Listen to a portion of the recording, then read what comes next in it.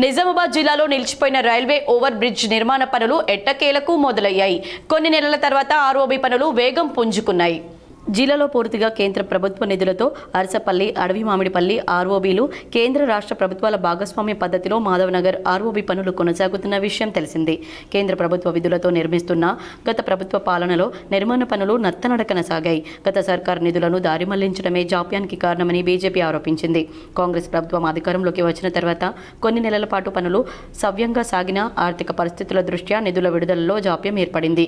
గుత్తేదారులు కూడా పనులు చేయలేక కాలయాపన చేశారు. జిల్లా దశాబ్దాల కలైన మాధవనగర్ ఆర్ఓబీ నిర్మాణాన్ని ప్రతిష్టాత్మకంగా తీసుకున్న ఎంపీ అరవింద్ పనులు వేగవంతం చేయాలని తరచూ సమీక్షల్లో అటు అధికారులు ఇటు గుత్తేదారుల మీద ఒత్తిడి పెంచారు. నిధులు విడుదల చేయాలని గత ఏడాది డిసెంబర్లోనే నేరుగా సీఎం రేవంత్ రెడ్డిని కలిశారు. ఆ తర్వాత నిధుల విడుదల చేయడంలో కొన్ని నెలల పాటు పనులు ముందుకు సాగాయి.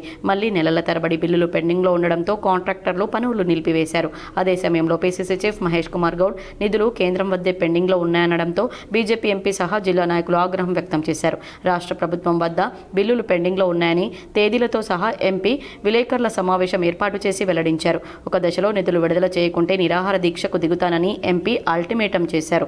గత నెల 29న పెండింగ్ బిల్లులపై డిప్యూటీ సీఎం బట్టి విక్రమార్కను కలవగా విడుదల చేస్తానని హామీనిచ్చిన విషయం తెలిసిందే. మాధవనగర్ ఆర్ఓబీకి 3.15 కోట్ల రూపాయలు, అర్సపల్లి ఆర్ఓబీకి 7.46 కోట్ల రూపాయలు, అడవి మామిడిపల్లి ఆర్ఓబీకి 3 కోట్ల రూపాయల నిధులు విడుదల కావడంతో కాంట్రాక్టర్లు ఊపిరి పీల్చుకున్నారు. మాధవనగర్ ఆర్ఓబీ పనులు వారం నుంచే కొనసాగుతుండగా 2 రోజుల్లో అడవి మామిడిపల్లి వద్ద బీటీ రోడ్డు పనులు ప్రారంభం కానున్నాయి. ఈ పనులు వారం 10 రోజుల్లో పూర్తి చేసేలా ప్రణాళిక రూపొందించారు. ఆర్ఓబీ పనులు ప్రారంభం పట్ల ప్రజలు హర్షం వ్యక్తం చేస్తున్నారు.